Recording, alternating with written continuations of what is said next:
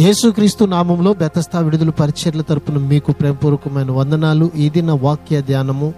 నినివే పట్టణపు వారు దేవుని యందు విశ్వాసము ఉంచి ఉపవాస దినము చాటించిరి. యోనా గ్రంథం 3వ అధ్యాయం 5వ వచనం. ఇది అద్భుతమైన విషయం.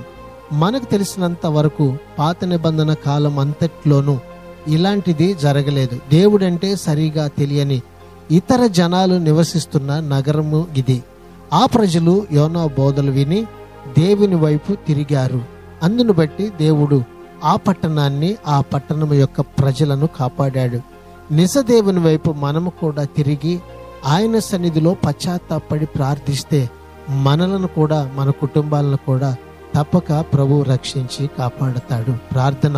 మహాపరిశుద్ధుడా, మహోన్నతుడా, జీవాధిపతి, మా మంచి యేసయ్యా, నీ మహాకృపను బట్టి ప్రేమించి మరొక నూతన దినాన్ని మాకు ఇచ్చినందుకు నీకు వందనాలు, స్తోత్రాలు చెల్లిస్తూ పశ్చాత్తాపము కలిగి ఇదిగో ప్రభువా, మేము నీ సన్నిధిలో ప్రార్థించేటువంటి వారిగా ఉండే కృపని, ధన్యతని ప్రభువా ఈ దినాన మా అందరికీ కూడా మీరు కలగ చేయమని, ప్రార్థన ఆత్మతో ఈ నీ ప్రజలను నింపమని యేసు నామములో అడుగుచున్నాము తండ్రి.